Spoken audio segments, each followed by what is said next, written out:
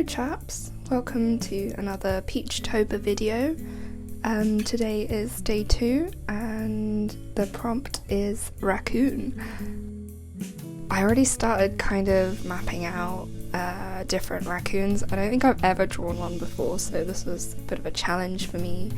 I kind of wanted to do an anthropomorphic type character, very Wes Anderson. I flippin' love Wes Anderson, as a lot of you do. So yeah, I thought it would be really fun to do something where it was an animal person, a little raccoon person. My first few sketches were kind of, I don't know, scary. They're a bit jarring. The one on the left is really, really creepy, but I kind of did that one off screen just to try something new.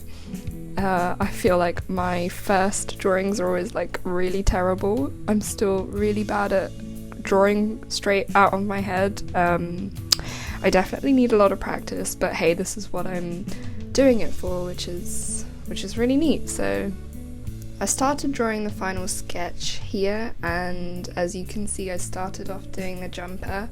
I mapped out kind of where the pose on the previous page, as you could see, but I don't know, I started off with the head in that little sketch, but then I kind of wanted everything to be in the center.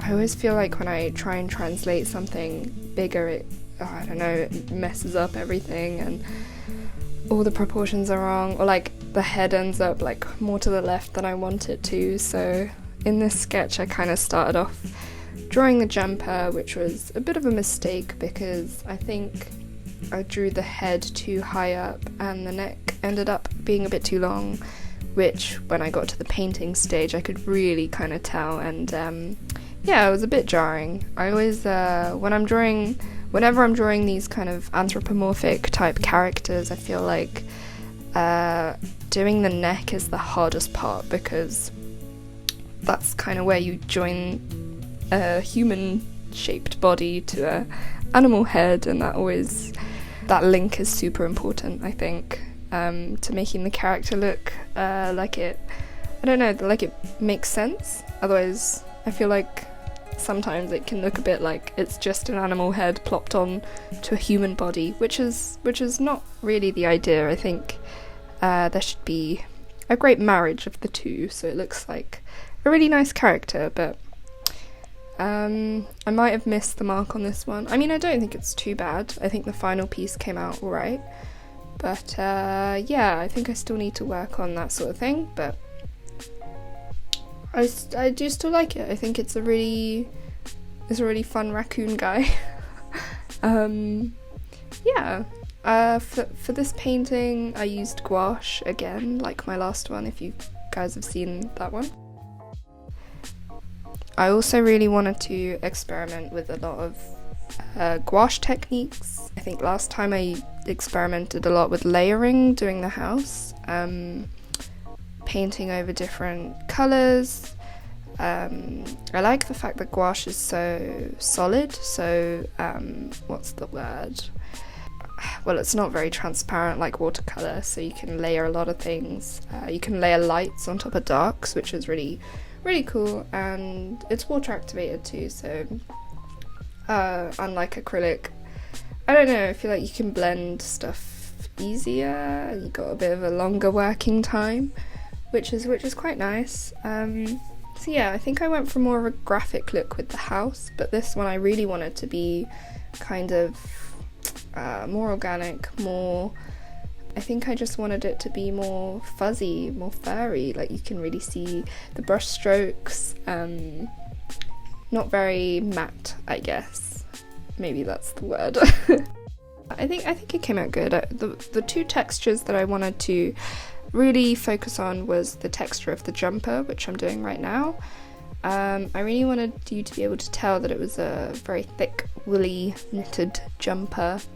I love those little Fair Isle prints, and it was inspired by one of my jumpers that I have that I really love. I love knitted jumpers, and I think it really goes with the autumnal season as well.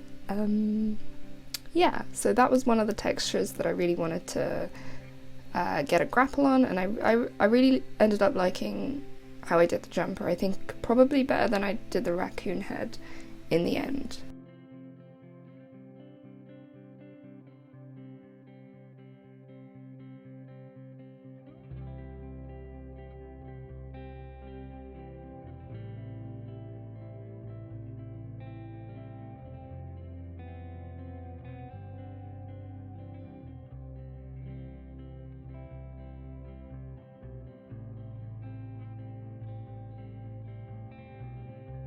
So now you can see I'm moving on to the head, and I went quite quickly with this actually, so I didn't spend too long trying to perfect anything. I wanted the colours to be quite distinctive, and I chose purple because I think it's quite a good contrast with the orangey mustardy yellow of the jumper. I think that turned out quite well. And it was a cooler tone. And actually I really liked how it's looking now, like it's on screen, and I think I might have overworked it a little bit as I go on. I added a bit of orange too as a sort of highlight, and I think that really worked, but I think I went a bit overboard. As you can see a bit later, I just think under the chin especially, I think I just really overworked it, and I should have kept it a light purple, but as soon as I'm adding that orange, even now, big mistake. Well, I mean, it's not a big mistake, it's fine, but I kind of wish I'd kept it light and simple, and I think that, well, later on I make the whiskers orange, and I think that would have made it a bit more impactful if the chin fluff was purple, that light purple that I had before. I still think it's fine, but you know, I think sometimes when you're overthinking it, you can definitely overwork a piece really quickly and easily, and this was one of those times. I think sometimes it's really hard to just look back at it and know when to stop. You can see I'm even trying to add some lights back in, but I don't know, I think I just got a bit too disheartened by it. I thought maybe the under chin needed to be darker so that the rest of it could pop, but I really don't think that was the case. I think it looked much better before. But even still, at least I can look back at it now, and hopefully I won't make the same mistakes again. I still like this little character that I came up with though, so that's a good sign.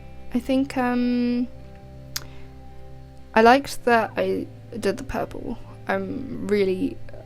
Colour was one of the other things I wanted to experiment with doing Peachtober.